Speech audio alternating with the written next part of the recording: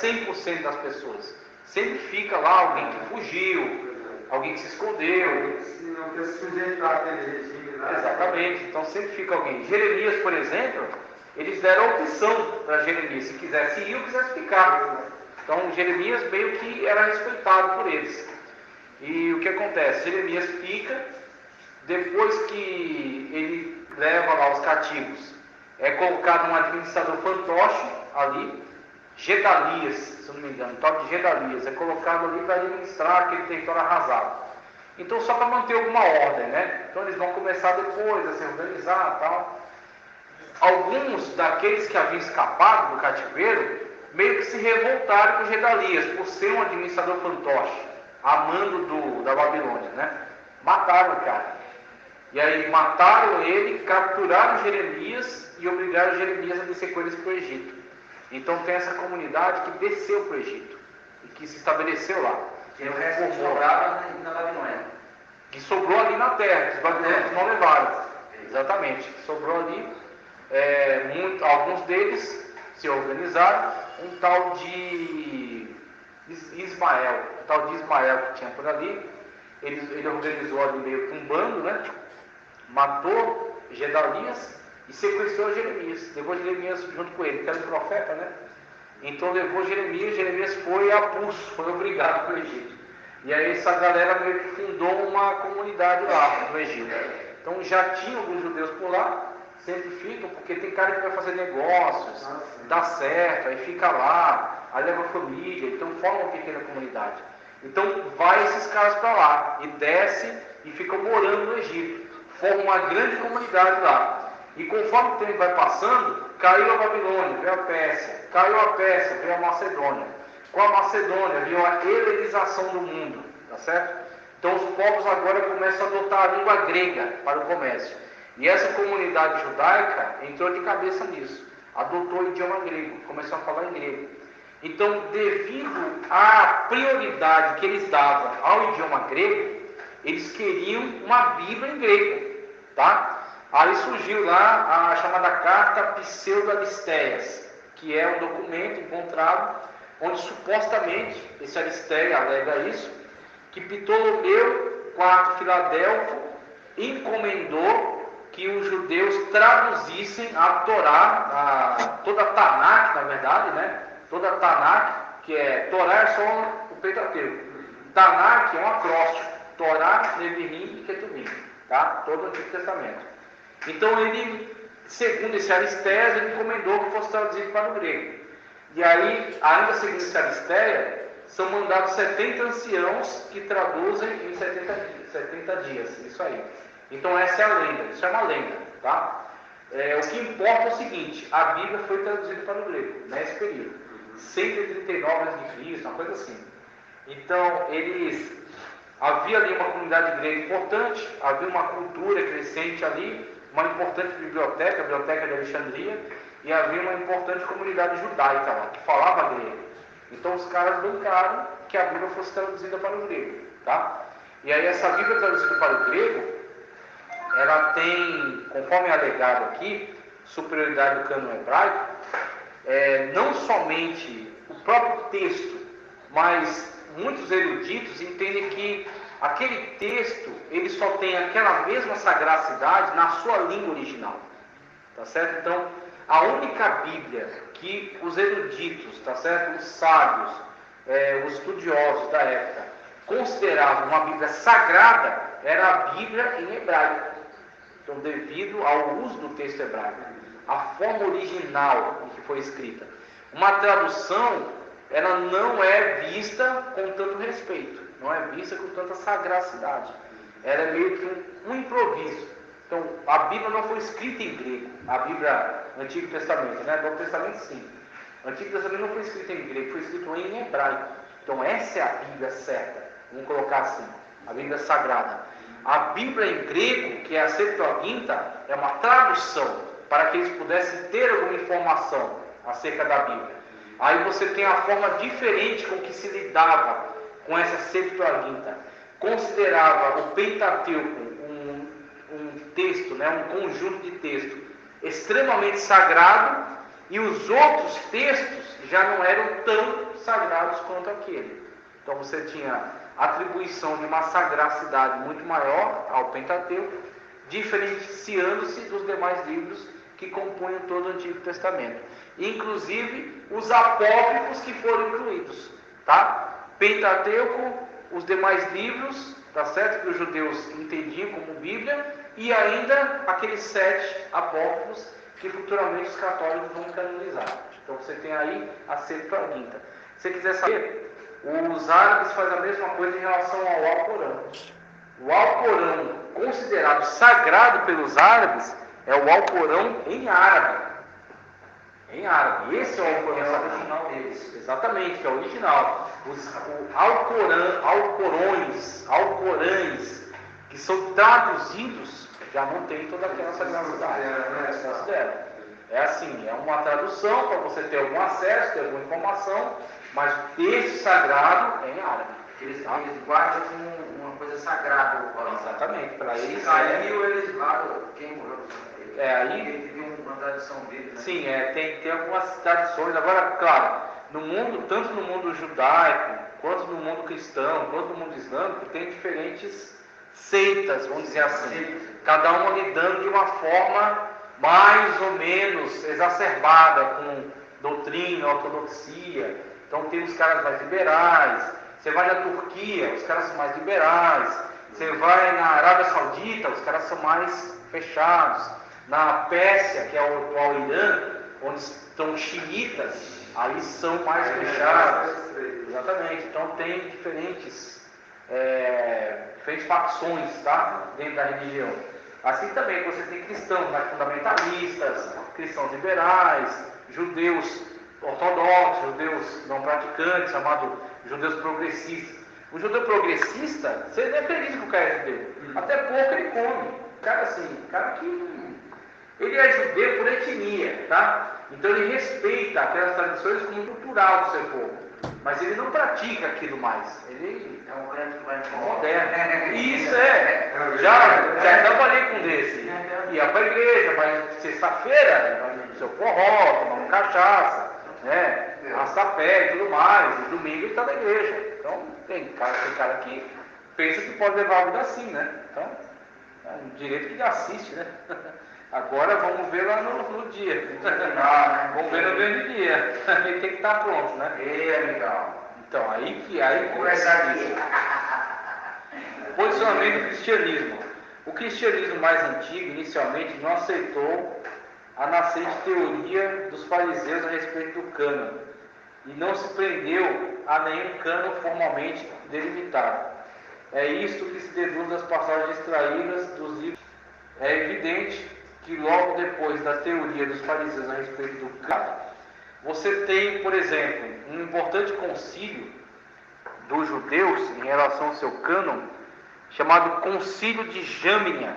Concílio de Jâmnia acontece, se eu não me engano, em 90 da era cristã. Então o que acontece em relação a esse concílio? Em 70 foi a destruição, a profecia, né, de Cristo que se cumpriu. Os romanos invadiram e destruíram, né? Destruíram o templo, expulsaram os judeus de lá. Então o que acontece? Devido a essa invasão, essa destruição, os judeus vão começar a se espalhar. Ficam alguns ali ainda, mas eles já sabem que as famílias vão se espalhar dali, não tem condições de permanecer.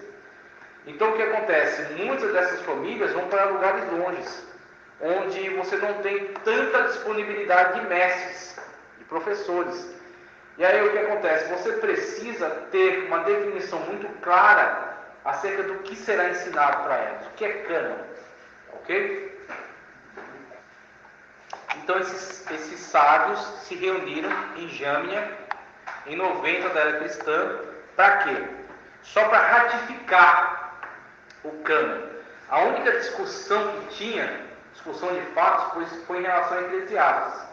Eles discutiram um pouco em relação a Eclesiastes, não para tirar da Bíblia ou para colocar na Bíblia, mas só em relação à autoria de Salomão. Eles tinham uma certa dúvida se eles atribuiriam mesmo, ou sim ou não, a Salomão a sua autoria. Então, foi discutido só isso, mas não foi mexido no cânon. Eles simplesmente ratificaram. Ratificar é confirmar. Ó, o cânon é esse, ó. São esses livros aqui. Isso aqui é a Tanakh, tá? São esses 24 livros aqui. Então, uma vez firmado isso, e isso será ensinado em qualquer comunidade onde eles estiverem, para qualquer lugar onde eles forem. As comunidades judaicas vão aprender sempre em relação a isso, para manter a sua cultura, para manter a sua tradição, tá certo? Então você tem o conceito de Jâmia, que foi importante. Em relação ao cânon, né, de Trento, né, o chamado cânon católico, os livros deuterocanônicos, é aquilo que eu já falei para vocês. Havia uma confusão em relação a qual era o cânon alexandrino. Inclusive ele narra aqui qual era o cânon grego, né? Qual era o cânon do Septuaginta, o alexandrino. Aí depois encontrou-se o cânon chamado cânon vaticano, e depois encontrou-se ainda o cânon sinaítico. Então tem pelo menos 3 cânones de Septuaginta, cada um com livros diferentes. Então você não tem como ter certeza em relação a qual era esse cânon que se usava na antiguidade, tá?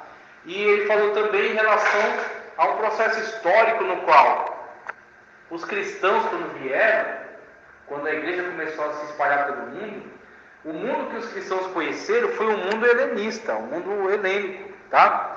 Quando o helenismo já estava dominante. Então veio o Império Macedônico de Alexandre o Grande. Ele morreu cedo, dividiu em 4, né, 4 generais, Ptolomeu, Seleuco, Cassandro e Lisímaco, com os 4 generais que repartiram o império dele quando ele morreu. E aí foi uma continuação até o Império Romano. Quando o Império Romano domina, que é na época já do cristianismo, a cultura é grega, a língua é grega, os textos que circulam pelas cidades e comunidades são em grego, tá? E o romano, o que ele tem? O domínio, o poder. Ele tem o poder das armas, o poder político. Ele tem a imposição das leis, é chamada Pax Romana, que unifica todos os povos numa mesma lei, a lei romana. Então Roma tem a autoridade, Roma tem a lei. E o grego havia dado a cultura. Então havia helenizado todo mundo. Helênico, porque esse relá, ou heleno, refere-se ao grego. O que para a gente é grego, para eles é relá, ou helênico, tá? Então você tem esse contexto qual, quando a igreja começa a se espalhar pelo mundo para pregar o evangelho, eles pregam em que língua? Não é no hebraico, que ficou uma língua muito reduzida ao contexto sacerdotal, ao contexto farisaico, ao contexto dos escribas, tá? O hebraico ficou muito nesse ambiente erudito, tá? O povão do dia a dia, das feiras, das cidades da Palestina, de Israel daquela época, Israel e Judá, na verdade eles falavam aramaico,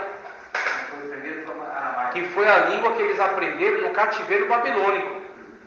Quando eles voltam do cativeiro babilônico, eles vão ser reintroduzidos ao hebraico.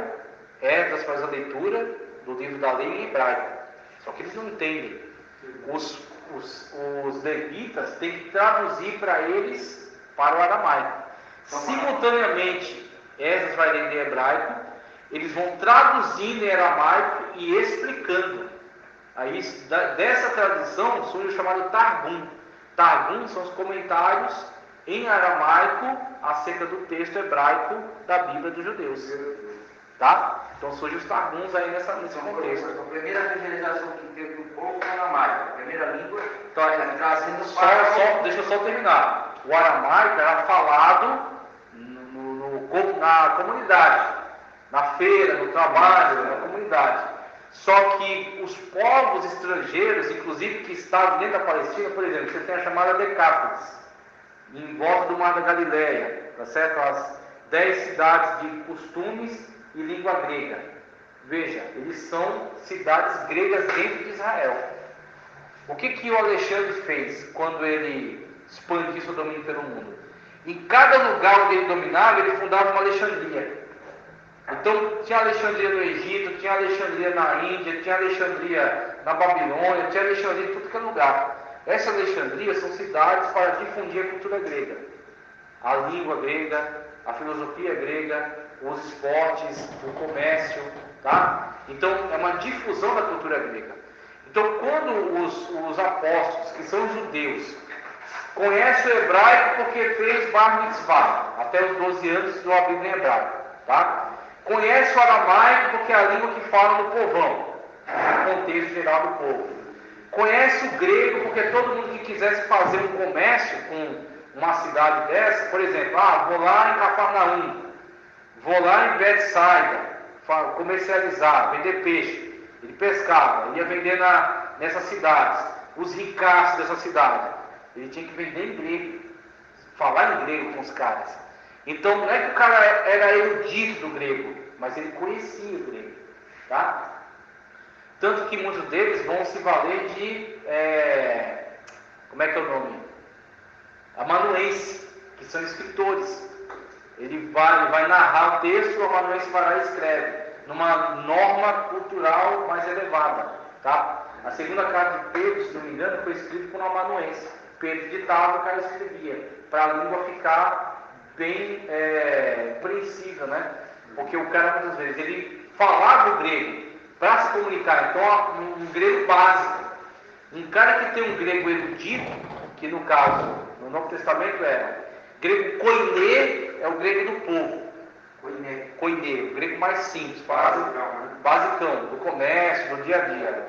E o grego ático era o grego culto, a norma culta do grego. Grego koiné e grego ático. Então, o apóstolo Lucas falava o grego clássico. Tá? E o cara que tinha um conhecimento mais elevado. Então, esse era o contexto. Então, você tem a situação na qual, quando os apóstolos saem para pregar, para as cidades fora, por exemplo, o cara vai pregar. O apóstolo Paulo, Silas, Barnabé, João Marcos foi primeiro no começo, pega um navio, Alexandria. Para começar, eles estão em Alexandria. Eles estão em Antioquia. Pronto, alguém já fala grego mesmo, já não é Israel. Tá? É uma cidade que tem uma interação muito grande com o mundo grego. Pega um navio, vai para Salomina, na ilha de Creta, tá certo? Ali você já tem uma comunidade, a maior parte fala tudo em grego. Você vai ter que se comunicar com eles nessa língua. Então, o Novo Testamento, aliás, os apóstolos que saíram para fazer essa missão, pregando em grego, escrevendo em grego, obviamente eles iam preferir a Bíblia, o Antigo Testamento, em grego. Qual é a Bíblia que tinha na época que Paulo pregava? Qual é a Bíblia que tinha na época que Pedro pregava, evangelizava? Você não tinha Novo Testamento, o Novo Testamento está sendo escrito. Você tem o Antigo Testamento. E qual é a preferência? O Antigo Testamento em grego, ou a Septuaginta. Porque a língua que você vai usar para evangelizar, a língua que você vai usar para pregar. Quando os judeus começaram a ver que os cristãos estão usando largamente a Septuaginta, né, a tradução, o cânon alexandrino, chamado cânon alexandrino, eles desprezam. Aí eles param de usar a Septuaginta e começam a valorizar só os textos hebraicos que ele tinha. Tá? Aí, por volta do ano 1000, vai surgir o chamado texto massorético. Então, eles começam a usar somente a Bíblia em hebraico, porque os cristãos estavam usando predominantemente a Bíblia em grego. Cânon protestante, o leitor deve aprender de memória os nomes do livro do Antigo Testamento, na ordem em que se encontram na Bíblia, com as divisões comuns de acordo com o seu conteúdo, cuidando para que possa soletrá-lo bem. Então você tem aqui um conselho muito bom, né? Aprender os livros do Antigo Testamento. Evidências internas do cânon. As tábuas da lei foram guardadas com o máximo cuidado. Os escritos da lei eram considerados altamente autoritativos. O Novo Testamento contém vários trechos onde os escritores fazem menção do Antigo Testamento com a palavra de Deus, inclusive o próprio Jesus Cristo. Tá? Evidências externas. Os judeus da Palestina nunca aceitaram como inspirados outros livros, além daqueles que temos em nosso cânon. O nosso cânon bate certo com o cânon dos hebreus. O historiador hebreu, Flávio José, já citado, acima por nome, nascido no ano 37, em sua apologia contra Apio, diz: não temos dezenas de livros, mas somente aqueles. Então isso aqui já foi largamente explicado, né, acerca do testemunho de Flávio José e o testemunho do próprio texto do Novo Testamento, que não cita os apócrifos. Vamos dar sequência aqui. No ano Pode falar. No ano 1000 foi acrescentado ao texto hebraico os sinais diacríticos. Sinais diacríticos. O que acontece? Você tinha o texto hebraico, que é uma língua consonantal, tá? O texto hebraico não usa vogal, só usa consoante. Como é que você sabe qual é a vogal que vai ali? Porque o professor te ensina. Então você depende totalmente de que alguém te ensine. Olha, é assim que se lê essas palavras aqui. Porque só vai ter a consoante lá, não tem a vogal. Você não sabe qual é a sonoridade certa dela, se alguém não te ensinar. Então o que acontece? Com essa dificuldade das guerras, da dispersão deles por vários lugares, da falta de professores, poucos professores para ensinar, qual foi a grande ideia que eles tiveram? Por volta do ano 1000 da era cristã, tinha algumas famílias que continuavam vivendo em Israel, ali na Galileia, tá? E aí o que elas vão fazer? Chamados os maçoretas. O que eles vão fazer, esses maçoretas? Eles vão desenvolver um sistema para colocar sinais em cima, embaixo, do lado dessas consoantes. E esses sinais vão indicar qual é o som com que tem que ser lida essa consoante. Então você pega um texto hebraico antigo, só consonantal, se você não tiver um conhecimento avançado, você não sabe ler o que tem ali, você não sabe qual é a pronúncia certa. Se você pega um texto hebraico já da tradição maçorética, se você entender, se você se alfabetizar nas consoantes e nos sinais diacríticos, você lê. Você consegue saber qual é o som que tem aquela palavra. Porque você encontra lá os sinais. Tem sinal embaixo, tem sinal em cima, aí tem 3 pontos, ou tem 2 pontos, ou tem um traço, tá? Então são os sinais diacríticos. Os sinais diacríticos funcionam como vogais. E eles foram acrescidos por volta do ano da era cristã. Esses chamados famílias dos maçoretas. Vamos lá. Isso aí. Maçoretas. Marquei para... Agora, dá uma olhada no quadro ali. Veja só. Dá para ler, né? Dá. Aqui você vai ter um comentário acerca desses livros aqui, ó. Pentateuco,